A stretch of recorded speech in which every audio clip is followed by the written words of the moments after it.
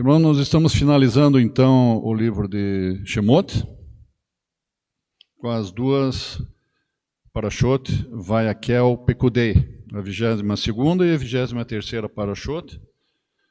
Então daí encerra o livro de Shemot, de Êxodo. E um tema bastante interessante, né, para quem muitos já conhecem, já estudaram ou vêm estudando muito a respeito do Shabat, o que significa o Shabat, né? Por isso que nós nos reunimos aqui na congregação todo o Shabat, né? Por que isso, né? E como a Torá é uma fonte inesgotável de vida, né? Nunca, isso até é um grande sinal de humildade, assim, que a Torá nos dá, né?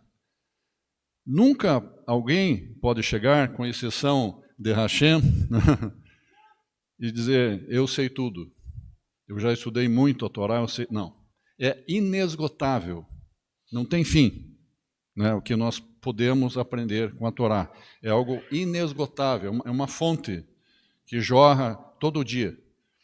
Então, isso nos traz lembrança para nós sermos sempre humildes, né? E quem conhece todas as coisas é Hashem. Então, ninguém pode se achar. O que a Torá nos revela sobre o Shabat? Tem coisas novas aqui, né? Então, isso envolve os livros de Êxodo, 35, 1, 40, 38 e Êxodo 12, 1 a 20. Ezequiel também, 2 Coríntios, além de demais passagens das Escrituras.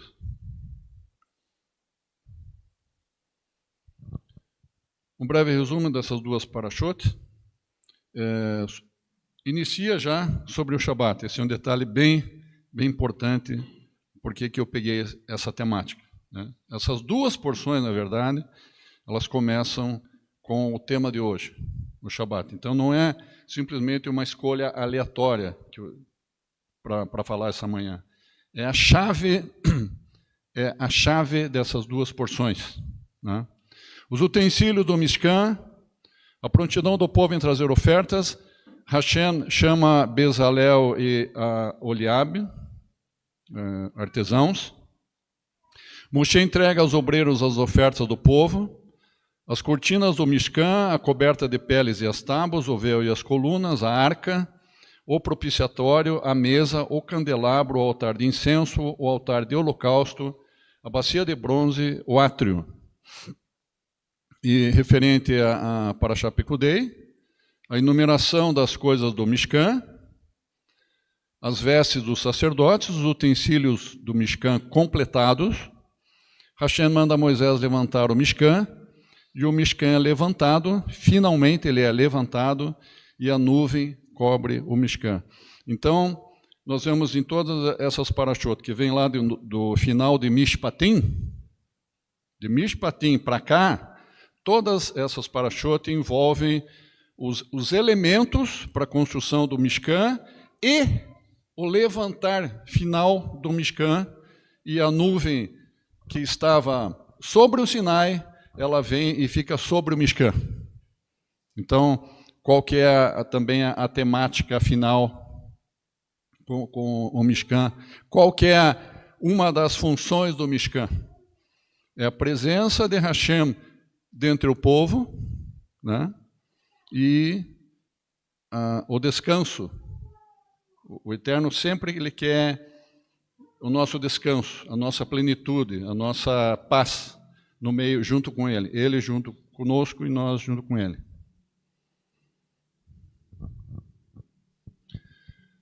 Bem no início dessa Parashá Vayakel, Êxodo 35, 1 e 2, Hashem convoca toda a congregação de Israel e diz assim: trabalharei 6 dias, mas o 7º dia vos será santo, é Shabat do repouso solene a Hashem. Quem nele trabalhar morrerá, não acendereis fogo em nenhuma das vossas moradias no dia de Shabat. Então, como já falei para vocês, é um marco, é um sinal muito forte, essas duas parashot finais, começarem, o primeiro verso, né? 35, 1 e 2, os primeiros dois versos, essas parashot, você não consegue separá-las. Aliás, desde o final de Mishpatim é tudo uma coisa só. É como se fosse uma visão só, um só coração, uma mensagem, né? Então, essas duas finais, que elas falam da montagem final do Mishkan e o levantar, né, do Mishkan, ele é totalmente completo. Então, começa falando do Shabat. Por que começa falando do Shabat? É algo que é secundário, terciário para Hashem, para nós. Por que poderia falar algo diretamente do Mishkan? Falando, o Eterno poderia perfeitamente nessas duas porções começar falando das duas tábuas, por exemplo, ou da arca com o propiciatório, que são as peças mais nobres que existem dentro do Mishkan, né? Mas não, ele fala do Shabat. Então, peraí, o Shabat é algo muito, muito importante para Hashem e tem uma conexão muito forte do Shabat com o Mishkan. Isso que o Eterno está querendo nos mostrar. Irmãos, esta é uma das revelações para nós nesta manhã de Shabat aqui. Nós nunca podemos separar o Shabat do Mishkan. Como assim, Roche? Não tem como separar. Algo o Eterno fez Shabat e Mishkan, unha e carne. Não tem como separar. Nós vamos entender. A grande maioria das pessoas entende que esses versos que Hashem pede para parar no dia de Shabat. Que Hashem pede para parar no dia de Shabat. Muito bem. Todos aqui, eu creio, né? Quando você... Peraí, eu aprendi que nós temos que parar, não trabalhar, vamos nos acalmar, vamos nos aquietar, vamos parar no dia de Shabat. Não é bem assim. De certa forma está correto, muito bem. Porém, há algo mais a fazer nesse dia. Há algo mais a fazer. Nossa, Roche, eu achava que não era para fazer nada. Fazer ou criar alguma coisa no Shabat? O que o Roche está querendo nos dizer? Não, eu não, é a Torá, né? Êxodo 31:16 diz assim: Veshenru benei Israel et hashabat, laasot et hashabat, ledorotan brit olam. Êxodo 31:16. Eu grifei ali uma palavra, laasot, em azul. Significa, e guardarão os filhos de Israel o Shabat, laasot é para fazer. Para fazer no Shabat. Do Shabat por suas gerações, uma aliança perpétua. Então, você faz algo no Shabat. Você faz algo no Shabat. Onde que está isso, Rocha? Êxodo 31:16. Está escrito laasot, para fazer. O que para fazer é criar. Você vai criar, você vai deixar de estar parado para criar algo. Criar o quê? Criar exatamente o quê? Nossa razão, como eu já comentei isso com vocês, o nosso pensamento, primeiramente diz assim, para não criar nada nesse dia. Não crie nada, não se preocupe com nada. Se quiser tirar até uma sonequinha depois do almoço, tudo bem. Criar o Shabat? Sim, esse que é o ponto. O Shabat, ele não está pronto. Esse é um segredo desta manhã. O Shabat, ele não está pronto. O Mishkan, ele ficou pronto. Foram organizados, foram trazidos os utensílios, as peças, os móveis, né? Ficou muito bonito tudo. Montaram, ergueram, colocaram cada peça, toda a estrutura, as paredes, as cortinas, o teto. de peles. Ele ficou pronto. O Shabat não. O Shabat nós teremos que torná-lo ele pronto. Essa que é a diferença. Ele não está pronto, irmãos. Mas então, quando chega a sexta-feira à noite, o sábado ele não está pronto, depende de você. A escolha é tua. Você pode passar por cima dele, se você não agir corretamente, você pode anular o Shabat. Ele não tem valor para você. 0. Ou ele pode ser 5, ou ele pode ser nota 3, 5, 9 ou até 10. Nós é que fazemos o Shabat, irmãos. Como assim? Desde o princípio, Gênesis 2, 1 e 3, após Hashem ter criado todas as coisas, ele... Deixa eu tirar isso aqui. Desculpe. Ele contempla o Shabat como uma coroa da vitória e o descanso merecido. Então, por que nós guardamos o Shabat?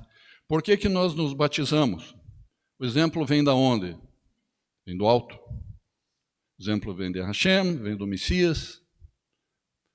Quem que nos ensinou e disse, se batizem? O Messias. E ele foi batizado. Ele precisava ser batizado? Não.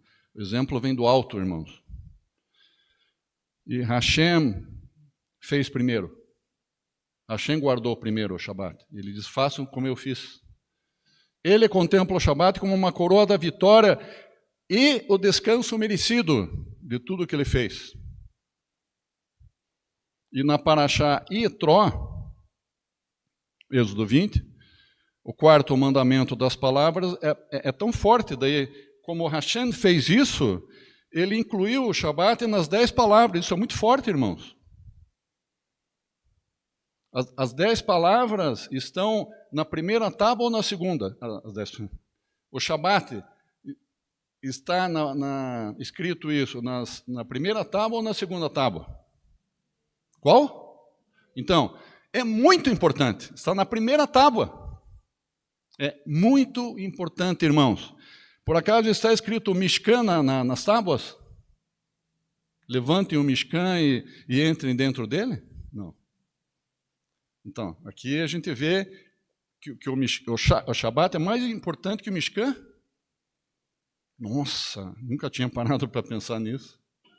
Isso é muito forte. O quarto mandamento das 10 palavras é para lembrar e santificar o dia de Shabat. Então, espera aí, santificar e lembrar e santificar, eu não posso só dormir. Eu tenho que observar e eu tenho que santificar. E isso não é bolinho fazer isso. Exige um esforço espiritual da tua parte. Uma concentração, uma busca. Você não fica totalmente inerte assim. Aí já começa a visão do laçote para fazer. Na Parashá Mishpatim, Êxodo 24, 16, no 7º dia, Hashem chama Moisés, no princípio de tudo, no princípio de todas essas sequências dessas parashotes que termina em Pekudei com a montagem do Mishkan, começa todo esse processo no final de Mishpatim. A origem é lá, quando o Moisés adentra no meio da nuvem, Hashem chama Moisés, Hashem no meio da nuvem, Moisés vai até Hashem no meio da nuvem. Ali é o princípio. Que dia que Hashem chama Moisés no meio da nuvem, queridos? No dia de Shabat. Por que ele não escolheu no segundo dia, no primeiro dia, no sexto, no quinto? No 7º dia, irmãos. Já começa lá, 7. Depois repete no começo dessas 2 parashotes finais. Repete no primeiro verso também. É muito importante, irmãos. A gente faz muito pouco caso do Shabat.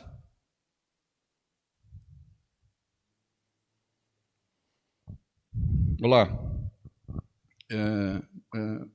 Hashem chama Moisés no meio da nuvem, no Sinai, e Moisés adentra no meio da nuvem, e lá permanece por 40 dias e 40 noites. E o que acontece nesses 40 dias e 40 noites? Que Moisés é chamado no 7º dia. O que a partir desse 7º dia para frente acontece? O quê?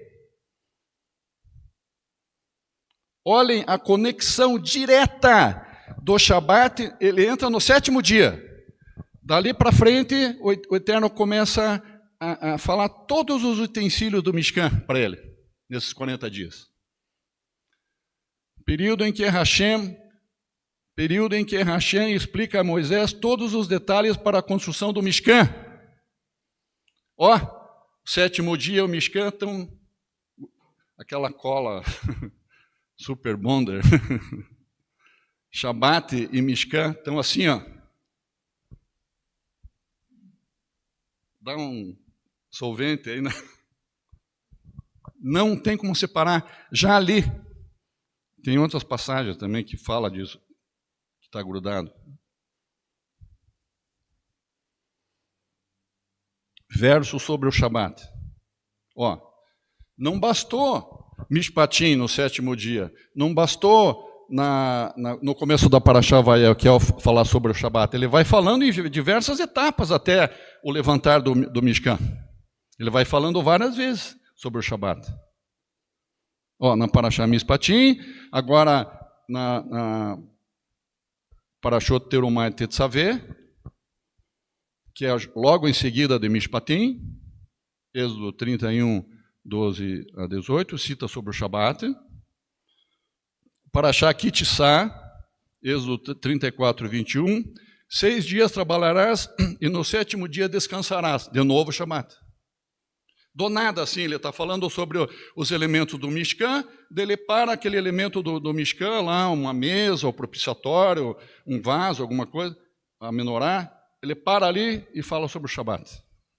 O que ele está querendo dizer? Que o Shabat está junto, é um dos elementos que faz parte do Mishkan. É um dos utensílios do Mishkan. É isso que ele está querendo dizer. Não tem como separar. Parashá Vayakel, Êxodo 35, 1 a 3, fala novamente sobre o Shabat. Podem conferir lá. Não estou eu criando coisas aqui. Está escrito. Está escrito. Na Parashá Pekudei, Êxodo 40, 34 a 38, cita sobre a nuvem de revelação no Mishkan, a qual, que é o final, né? É o capítulo final, Êxodo 40, Parashá Pekudei, quando o Mishkan é levantado. Em seguida que ele é levantado, o que acontece? A mesma nuvem que Moisés adentrou nela no 7º dia, ela vem ali em cima sobre o Mishkan, montado.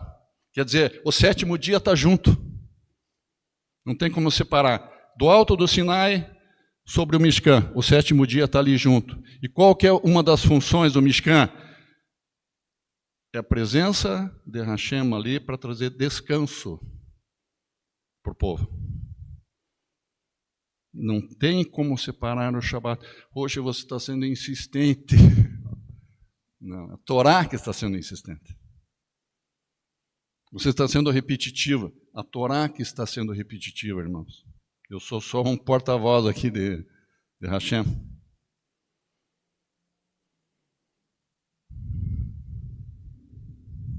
Vamos lá. Lembra a nuvem do Sinai, em que Hashem chamou Moisés no 7º dia do meio da nuvem? Como foi no princípio a nuvem no topo do Sinai, agora aqui no final a nuvem no Mishkan. Isso é maravilhoso. Sobre o slide anterior, notamos que desde a revelação da Torá no Sinai e toda a preparação para a montagem do Mishkan, Hashem faz questão de citar várias vezes o Shabat. Mesmo na construção de um santo lugar, Hashem enfatiza o fato de não fazer melahá. Melahá é trabalho, né? Ofício, trabalho. Ó, mesmo você fazendo algo assim, construindo algo nobre, que é para Hashem, Hashem enfatiza o fato de não fazer trabalho, não trabalhar nesse dia. Por isso que entra o Shabat ali. Então, eles estão construindo de Yom Rishon até a sexta-feira, né? Daí o Eterno coloca o Shabat, parem agora. Nesse Shabat, e no outro, ninguém vai trabalhar. Para! Então, sempre o Eterno está lembrando para parar no Shabat.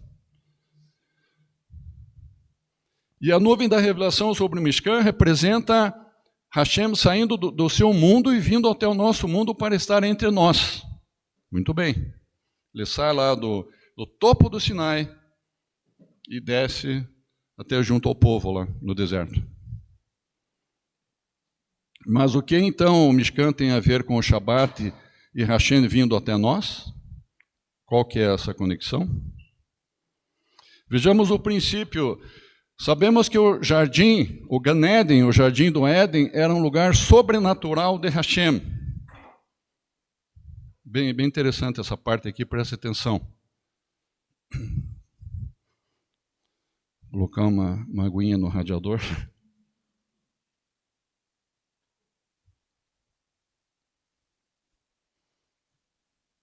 A Torá diz, presta atenção, o Éden, irmãos, eu não sei qual a concepção de cada um de vocês sobre o Gan Eden, o jardim do Éden. Não era um lugar comum, não era um lugar no nível terreno, assim, normal. Por quê? O homem, para ser formado do pó da terra, Adão, ele foi formado da terra natural. A terra, já existia terra, né? Então, Hashem fez Adão dessa terra que ele criou. E a palavra diz que Adão, ele foi colocado ele foi criado e ele foi colocado no jardim do Éden. Ele não foi criado no jardim do Éden. Então ele saiu de uma situação natural e foi colocado num lugar sobrenatural. Olhando com os olhos, parecia natural. Mas tinha muitos itens de essência sobrenatural no Mishkan. Por exemplo, a Torá diz que a voz de Hashem caminhava no jardim. Uma das funções do Mishkan é que a voz de Hashem estivesse lá dentro do Mishkan, falando com Moisés ou falando com Arão. A voz de Hashem. Hashem, ele se manifestava dentro do Mishkan para falar com Arão ou com Moisés. E no jardim, a voz de Hashem caminhava no jardim. Lá não havia doenças no jardim, não havia maldade, não havia corrupção, não havia roubo, não havia morte. A árvore da vida que estava no centro do jardim, assim como o Mishkan estava no centro da congregação, no centro da comunidade. Que comesse de seu fruto, quem comesse de seu fruto viveria para sempre da árvore. Só que Adão e Havá pegaram um atalho e foram comer do fruto da árvore proibida, não foram nessa árvore.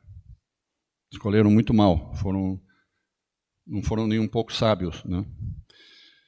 Querubins guardavam sua entrada e havia uma espada flamejante que se revolvia. Agora, qual lugar nesse mundo que você vai na entrada desse local, um parque, um jardim famoso, né? Lá no Reino Unido, por exemplo, que tem jardins lá e parques, que você, na entrada, tem querubins guardando a porta e uma espada sobrenatural que se revolvia assim no ar com chamas. Onde que você vê isso? Naturalmente não existe isso. Então, querubins guardavam sua entrada e havia uma espada flamejante que se revolvia. E que era um lugar alto. Era um lugar alto. Eu também, eu já tinha uma concepção assim, mas agora ficou muito mais forte para mim essa questão do lugar alto. Lugar alto? Como assim lugar alto?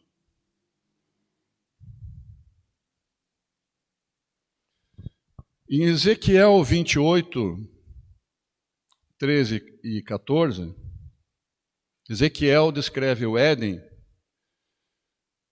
como o jardim de Hashem. Nós sabemos que essa passagem de Ezequiel é uma mensagem pro rei Tiro, que o nome dele era Itubal II, que ele era um homem bem sábio. Itubal era considerado mais sábio que Daniel. Está escrito lá em Ezequiel. E por causa dessa sabedoria dele, ele conquistou muitas coisas, muita riqueza, né? Ele era um estrategista parecido com Alexandre o Grande, vamos dizer assim. E tinha sabedoria e inteligência para administrar muito bem assim situações, diversos tipos de situações jurídicas, financeiras, humanas, políticas, né? Era muito sábio esse homem. Itubal II. Só que tudo isso subiu para o ego dele, e o ego dele inflou e ficou do tamanho.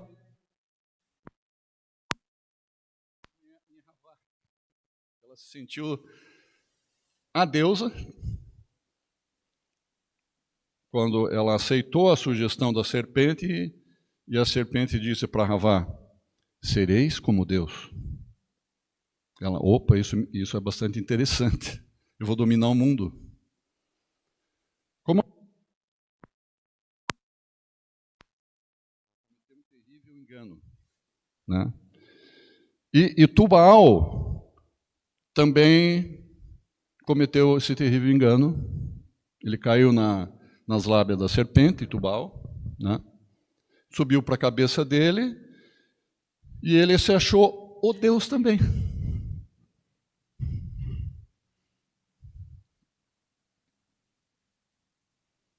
Deixa eu ver aqui. Tem a passagem que ele diz: eu sou Deus. Está escrito lá, eu sou Deus. Daí levanta a ira de Hashem. Quando você quer ser o Deus, levanta a ira de Hashem. Tanto é que essas palavras de Ezequiel para Itubal II são palavras que Hashem falou para Satã, para o querubim da glória lá, que caiu, subiu para a cabeça, ele se achou igual a Deus, né? Então são situações parecidas, né?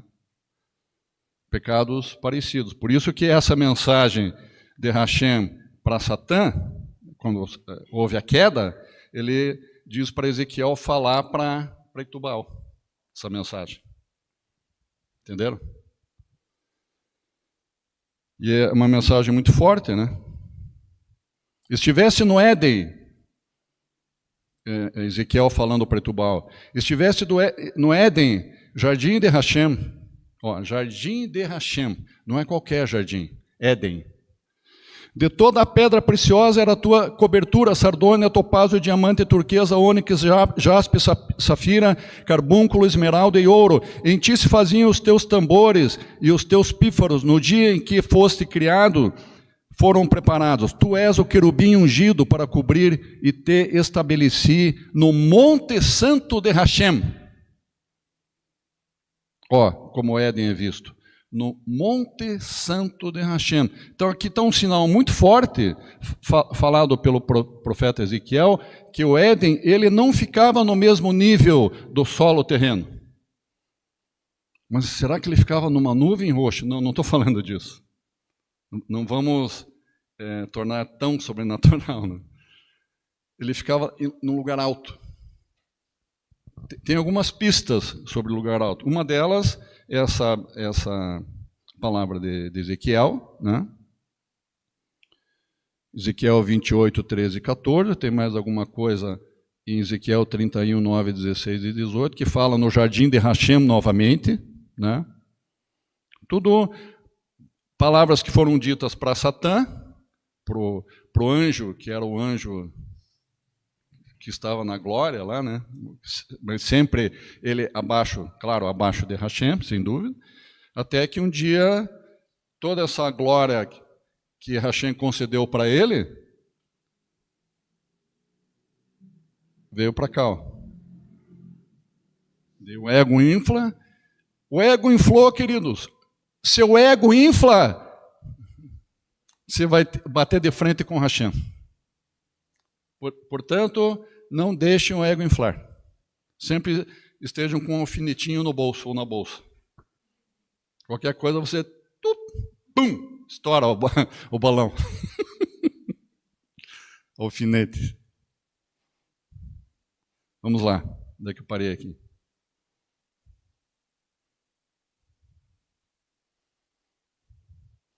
Adão, após criado, presta atenção aqui, após criado em Gênesis 2:7, foi posto no jardim.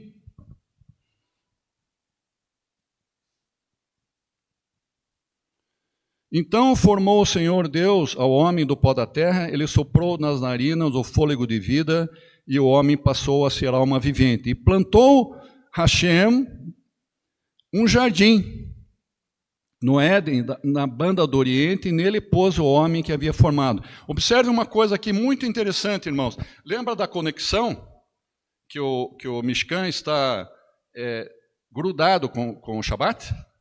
Olha aqui, ó.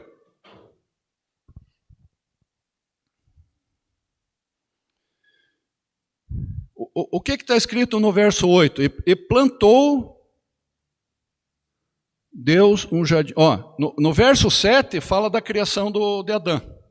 Adão foi criado. Ele soprou nas narinas o fôlego da vida e o homem passou a ser alma vivente. Muito bem. Ponto. Alma vivente, ponto. Imediatamente, no começo do verso 8 diz, e plantou o Senhor Deus um jardim no Éden. O que o Eterno está querendo dizer para a gente, irmãos? Ele está querendo dizer que ele nos fez para nós estarmos com Ele no santuário.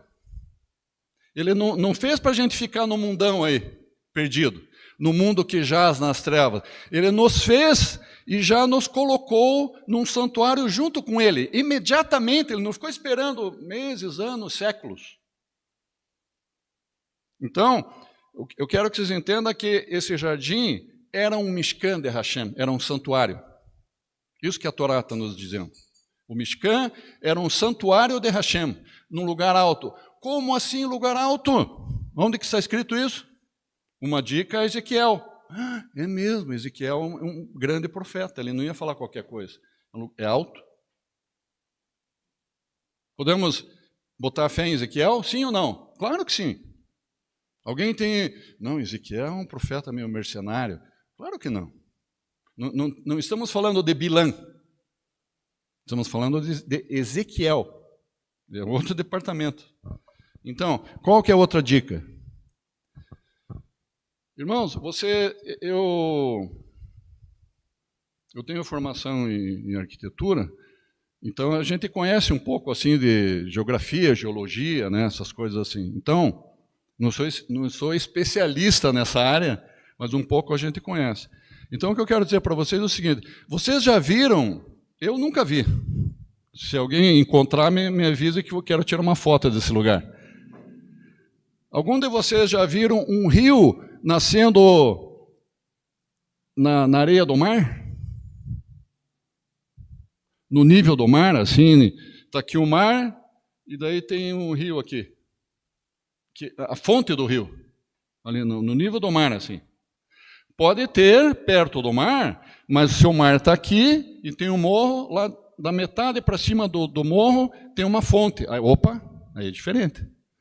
E eu sei, lá no Morro do Forte, eu vi fontes. Quando você, em vez de passar nas pedras que são perigosas, você sobe o monte, tem uns caminhos, e lá em cima tem uma fonte, mas em cima a fonte, não é embaixo. Lá no nível do mar, você não vai achar fonte de água doce no nível do mar, irmãos, isso que eu quero dizer. As fontes todas vêm de lugares altos. Por quê? Porque é uma questão de... Não precisa ser muito inteligente. Por quê? Porque quando o lugar alto, são lugares que têm menos acesso, tanto de animais como de pessoas. A água que sai dessa fonte, ela sai pura. Ela não dá tempo dela se contaminar com outras coisas, até chegar no mar. Então, essa água da fonte, por isso que quando a gente bebe a água da fonte, ela nos alimenta espiritualmente. Qual que é a água da fonte? Aqui, ó. Dessa fonte. Então, quando você pega a água da fonte, é a água mais pura que tem. Presta atenção no que eu vou falar aqui agora. São revelações, são momentos que você está lá debruçado em cima dos livros e o Eterno vem e honra aquele momento que você está lá. Ele honra. E, ó, no verso 10, na mesma sequência que eu estava lendo ali,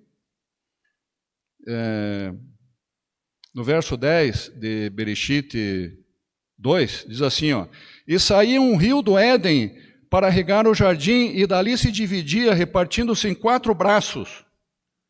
Esses 4 braços se chamavam Pison, Gion, Eufrates e Tigre. Vocês prestaram atenção no começo da explicativa, da leitura aqui? O que vocês entendem com e saía um rio do Éden? O que é sair um rio do Éden, irmãos? Eu não vou falar, quero que alguém me responda. O que significa sair um rio? O quê? Fale. A fonte. Muito bem. Ó, não foi o Rocha Jair que falou. Foi a Torá. Fonte, irmãos. É isso que o Eterno está dizendo. Saiu uma fonte do Éden. O Éden não estava no nível normal, ele estava num lugar alto, num monte. Segundo estudiosos que acompanham esse meu raciocínio, eles creem que... Deixa eu ver se eu localizo aqui. A região da... Pode ser próximo a terras altas da Armênia, Turquia e Irã. Num desses lugares aqui tem montes que têm fontes. Montes que são próximas a esses rios aí, Tigre e Eufrates. Esses outros 2 rios não se sabe onde eles são. Mas, claro, como houve o dilúvio, muita coisa geologicamente mudou por causa do dilúvio, né? Então, esse é um detalhe muito importante. Mas, o que eu quero dizer? Que para sair do Éden, um rio, ele tinha, era fonte. Assim como, o que é o princípio do rio que sai da base do trono de Hashem na Nova Jerusalém? O que é esse local? Esse rio? Fala, Caleb. É a fonte? É a fonte, irmãos, que sai da base do trono de Hashem. Então, o Eterno está querendo fazer um paralelo. Então, lá no Éden também tinha uma fonte. E Jerusalém é um lugar, a Nova Jerusalém é um local baixo ou um local alto? Muito alto. Muito alto, irmãos. Lugares de Hashem, que Hashem gosta, são lugares altos. Muito altos. Por que Monte Sião? Porque Monte Horebe, Monte Sinai, Monte Sião, Jerusalém, né? O templo foi construído no Monte Horebe, no Monte Sião. Não foi construído um templo no vale de não sei o quê, no vale do rio Iaboque. Vale. Não. Tudo montes. Vamos lá, então. Então ficou bem clara a ordem dada a Hashem. Recriem isto para mim. Recriem isto para mim. O Eterno estava dizendo o quê? Que mas quando ocorreu a expulsão de Adão do jardim, Adão não podia mais ficar com Hashem naquele lugar santo. Então, assim como Adão foi colocado no jardim, Deixa eu ver onde é que está escrito isso.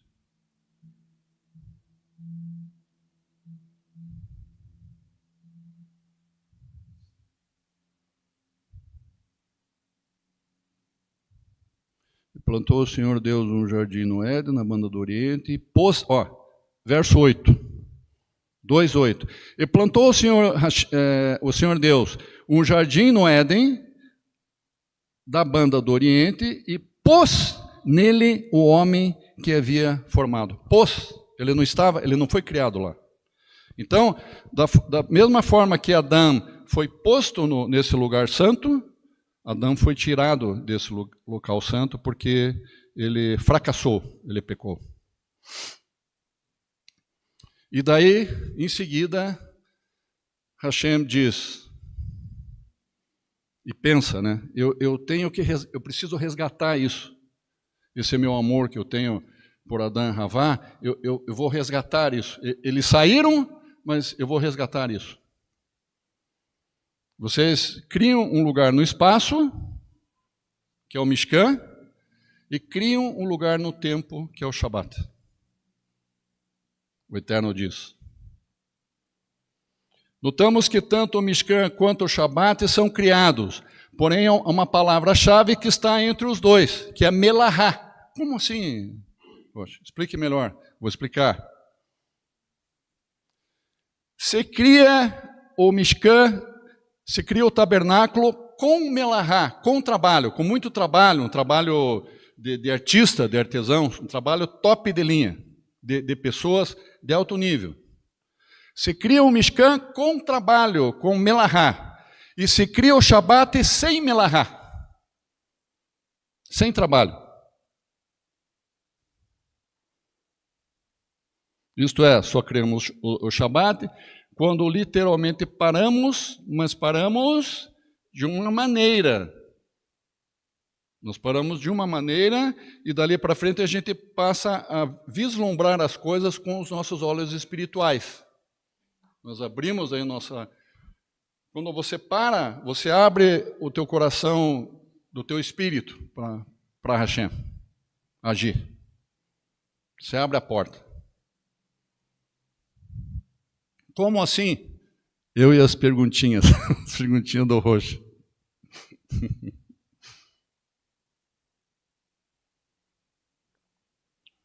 Como assim? Separamos no Shabat e obedecemos. Amém? Que o Eterno diz para parar. Aí Hashem faz a parte dele. Gênesis 2:2. Hashem descansou no 7º dia de toda a sua obra que criou para fazer. Lassot. Bem interessante essa explicativa aqui também. Há 2 lassot, irmãos. Há 2 lassot. Presta atenção. Então, Hashem descansou no 7º dia de toda a sua obra que criou para fazer. Lassot, para fazer, significa que Hashem, mesmo no Shabat, cria um acesso para ele estar em plena comunhão com o homem. Olha aí, ó. Hashem cria um acesso exclusivamente naquele dia para ele estar em plena comunhão com o homem. Se o homem parar nesse dia e observá-lo. Peraí. Uma coisa depende da outra. Hashem está disponível para o homem naquele dia, mas o homem tem que estar com o coração aberto para Hashem nesse dia. Peraí, isso está muito interessante. Então, nós observamos que tem um laçote de Hashem, que Hashem fala essa palavra laçote bem no 7º dia. Ele não fala em outro dia. Olha lá, ó. Gênesis 2:2. Hashem descansou no 7º dia de toda a sua obra que criou para fazer. É o laçote que está no 7º dia. E o que fala no 7º dia para o homem? Êxodo 31:16. Onde que está o laçote do homem? Onde que está o para fazer do homem? Em 31:16, que é nessas parachote aqui. Ó, e guardarão os filhos de Israel o Shabat para fazer laçote do Shabat por suas gerações uma aliança perpétua. Então aqui está a chave. Então, o que o Eterno está querendo mostrar para nós?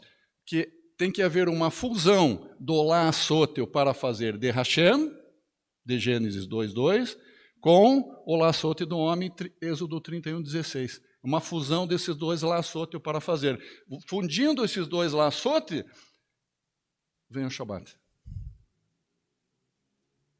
Essa é a fórmula para nós criarmos o Shabat, irmãos. Baruch Hashem que o Eterno está nos mostrando isso. Essa é a fórmula para nós criarmos o Shabat. A plenitude e a beleza do Shabat é encontrar o ponto de fusão, uma ponte entre o laçote de Hashem e o laçote do homem. Hashem cria um caminho para estar junto ao homem, e o homem parado abre porta para Hashem entrar, abre a porta para o Hashem entrar. Quando você para. Quer ver uma coisa física que elucida bem isso que estou falando? Digamos, aqui, ó. Aqui é uma porta. E eu estou aqui. Estou aqui sentado, ou conversando, uma refeição, sei lá o quê. Daí alguém bate na porta lá. O Messias, eis que estou à porta e bato. Daí você sai de onde você está, você vai caminhando até a porta. E você para. Literalmente, você não vai continuar andando porque a porta está ali. Você para abrir a porta. Sim ou não? Concorda com o meu pensamento? Você para. Esse parar é você parar no Shabat. E daí, Messias... Quer dizer, o Messias faria assim, né? Quem ouvir a minha voz, ou menos, tem que estar com os ouvidos espirituais bem afiados, ter discernimento, porque às vezes a gente não escuta com as coisas do mundo, Facebook, televisão, WhatsApp e tal, e não escuta daí Yeshua batendo ali. Parado, você abre a porta. Quem é? Eu sou o teu amigo Messias. Entre, por gentileza. É uma honra a tua presença. Deus se fecha a porta, ele já entrou. Mas você está parado. Você não saiu do lugar. Ele entrará e ceará contigo. Que honra, né? Que honra.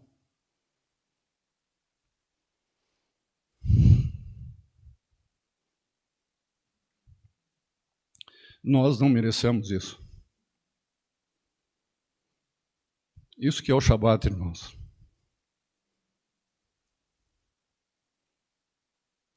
Hashem cria um caminho para estar junto ao homem, o homem parado abre a porta para Hashem entrar. Yeshua é o caminho. João 14:6. Yeshua também é a porta.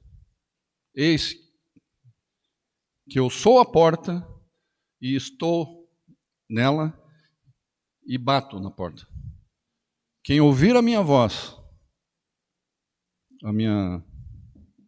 e abrir a porta, eu entrarei e cearei com ele ou contigo.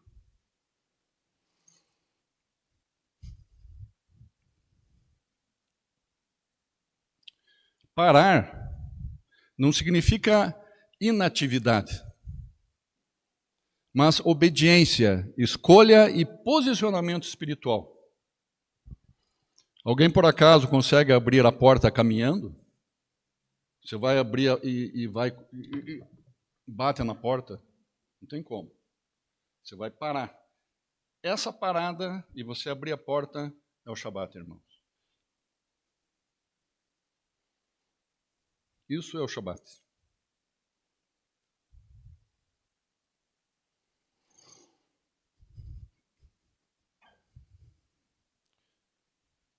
Yeshua, sendo judeu, viveu e ensinou dentro da tradição hebraica, o que inclui a guarda do Shabat. Era seu costume ir às sinagogas no Shabat. O Shabat é considerado um sinal de aliança eterna Para muitos, Yeshua é o cumprimento de promessas de aliança feitas a Israel, o que conecta a figura do Messias ao 7º dia, o Shabat. O Messias, queridos, é a aliança final, não tem outra aliança. De todas as alianças, desde o Éden, mosaica, abrâmica, etc., até o Éden, davídica, Yeshua vem para endossar, ele não vem revogar nada, ele vem endossar tudo. Ele vem com carimbo, escrito Yeshua, Hamashiach, e carimba todas, e diz, todas elas são válidas em mim, todas essas alianças estão em mim. Quem crer em mim será salvo, tu e a tua casa. Eu sou o Shabat de vocês.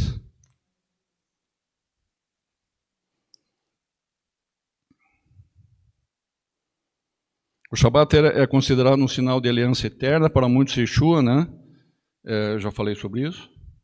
Yeshua ensinou que o Shabat foi feito para o homem, não o homem para o Shabat. Nem por força, nem por violência. Indicando que o propósito do dia é a restauração e o bem-estar, e que ele, como Messias, tem autoridade sobre o Shabat. Pois Yeshua curava no Shabat. Ele é o Senhor do sábado. Ele é o nosso Shabat.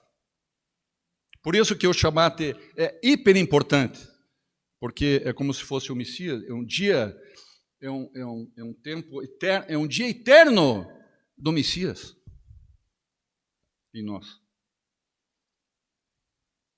É um dia eterno, irmãos. Na visão judaico-messiânica, o Shabat é visto como uma janela temporal para refletir sobre a salvação, o significado do Mashiach. Yeshua é o nosso descanso. Baruch Hashem, Baruch Hashem. Baruch Rabá, Beshem Adonai. Bendito aquele que vem. Bendito aquele que vem. Bendito o Senhor do Shabat, que vem em nome do Senhor. Amém? Bendito seja o nome do Senhor.